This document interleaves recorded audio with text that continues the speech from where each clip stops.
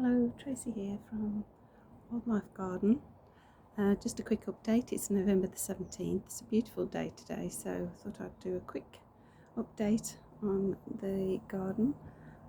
Lots of autumn colour now and leaves falling from the trees, but generally, because it's been so mild, still lots of plants flowering. Not many, but still a few, and we even had a bumblebee in the garden a couple of days ago, so let's have a look what's happening in the garden. Okay, let's see. Yeah, look, still a few bits of colour in the garden. We've still got some little plants flowering. The verbena's gone over and going to seed, but yeah, it still looks pretty. One or two little flowers still on it. Lobelia still in flower, white there, and some blue around the corner. The colours in the white yellow looking lovely and autumnal. In this pot I planted some bulbs. They're all already beginning to come up. You can just see here a couple of bulbs coming up, and here, so obviously mild enough for those to start sprouting amongst the flowers. I noticed this morning actually, I've even got Nasturtiums still flowering, and still got these in flower. Ridiculous at this time of year. Beautiful little seed heads though. So I brought my Christmas tree down ready. Might be bringing that indoors for a week over Christmas. A little bit of decoration on it. Foxglove's still looking great.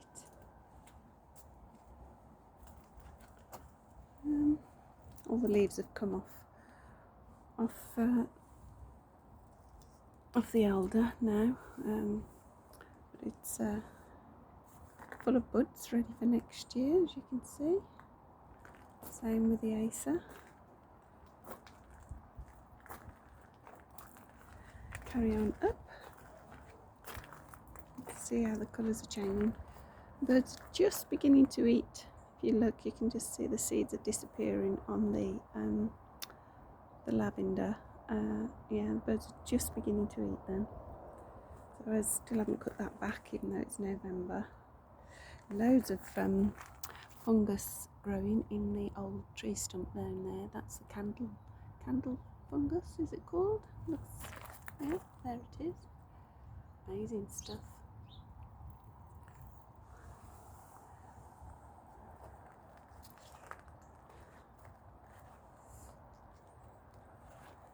Keep going. Lovely colour in the Joe Pye plant.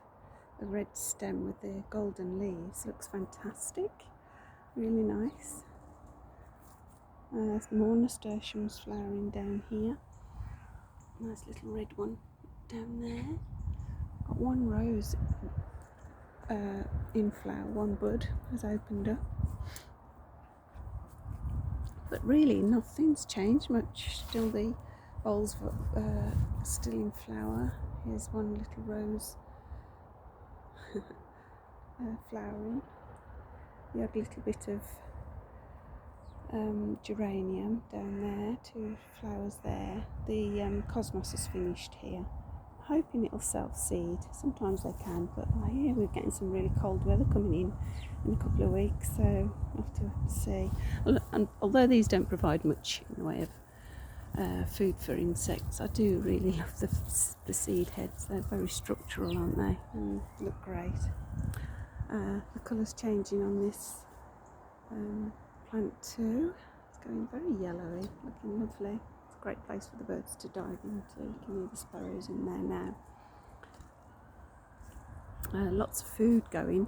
Gosh, getting lots of starlings at the moment, and the birds are feeding like it's going out of fashion. I'm having to fill the feeders up regularly. I washed this one the other day and pre-topped it, and it's almost empty again. That one's almost empty, so you can hear, that's a plum tree up there. You can possibly hear the goldfinches in there. Crows are having a little dance in the sky. Lovely little section. trees here, and there's the crows. They love playing in the nice weather, chasing each other.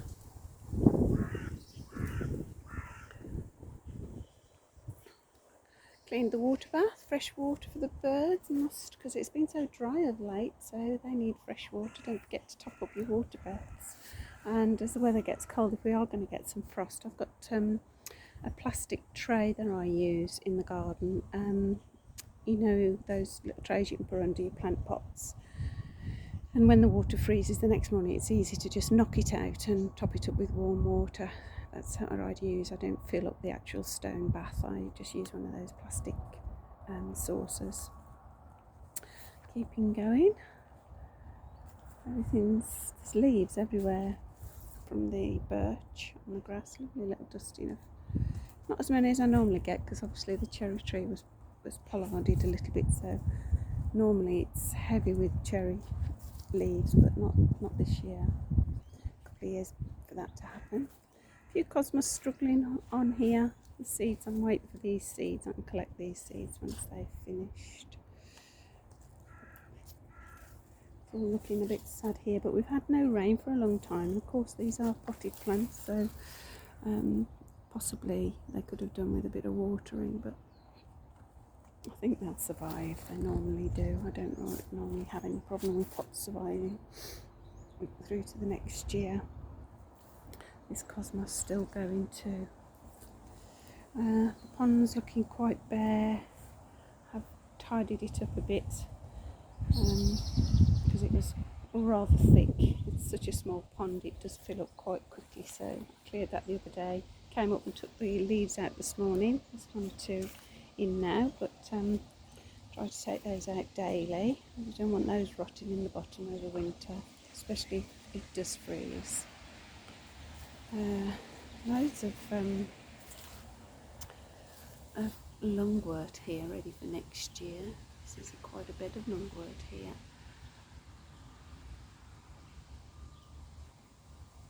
You can see them. Gets really busy with hairy-footed flower bees once they're in flower. A lovely fern here, tongue fern I think it's called, and yeah, just still slowly shutting down, but due to the warm weather it's been slower this year, and the raspberries are just beginning to lose their leaves for the winter. Lovely lungwort there, look, very spotty. Geraniums are doing brilliantly. Two different kinds of geranium there, and I can see forget-me-nots everywhere. There'll be quite a display of forget-me-nots next year.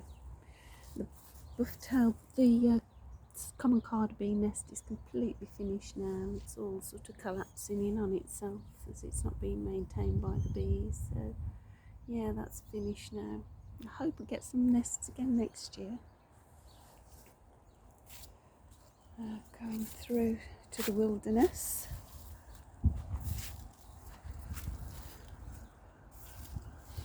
The green alkanet looking very lush, ready for next year. Lots of moss growing, and yeah, just generally more leaves up here because we've got ash up here, we've got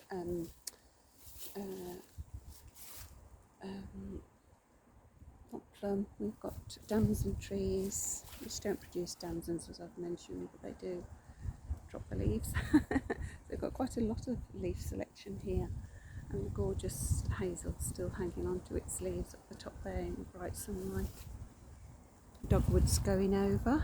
It's been a lovely colour, almost dropped its leaves now. And yes, that pile of wood's still there. I was going to do some yesterday, but we're decorating still, placing floors and decorating, so it's getting left behind there, but I'll get round to it.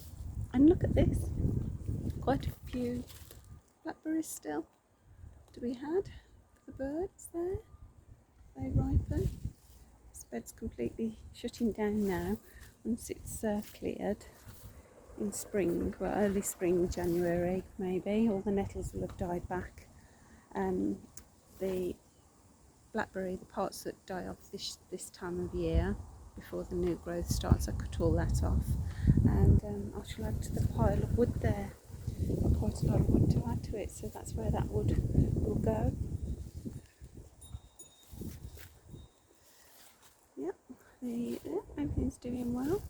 Ivy's looking lovely. The holly's looking lovely, but sadly the berries were eaten quite early. I can just spot one berry there. That's it. And through we go. Yep, that's it really. Apple tree almost bare. Hopefully that will crop better next year. It wasn't such a good crop this year. It seems to alternate, one good year, one not so good year. And the birch trees are in lovely colour.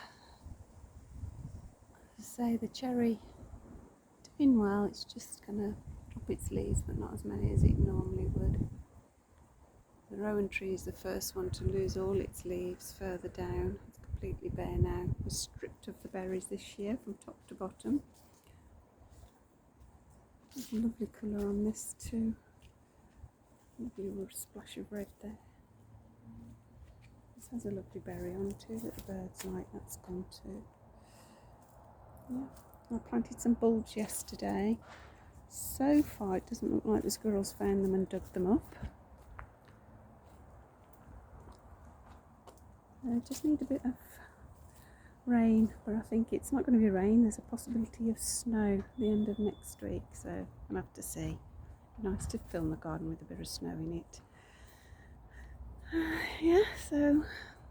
Quiet garden. Full of starlings, full of sparrows.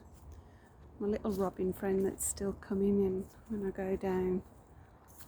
Just come in the garden. And my cat. Yeah, someone asked the other day about how I justify a wildlife garden with a cat, and you can't really. Wildlife gardens aren't really places for cats, but she was a poor lost cat who found us one Christmas, hence her name Holly. And she tends to only be out when I'm out. She doesn't leave the garden really, and birds sort of feed over her head now. She'll sit under the feeders and they just carry on feeding. They're so used to her being in the garden. Can't say she hasn't caught things, obviously she will have done. But we put the bells on her, do a night curfew, and as I say, she's just gone in as I came out to film. But because I'm out, she's meowed to come back out because I'm out. She'll probably come in now. I'm going in.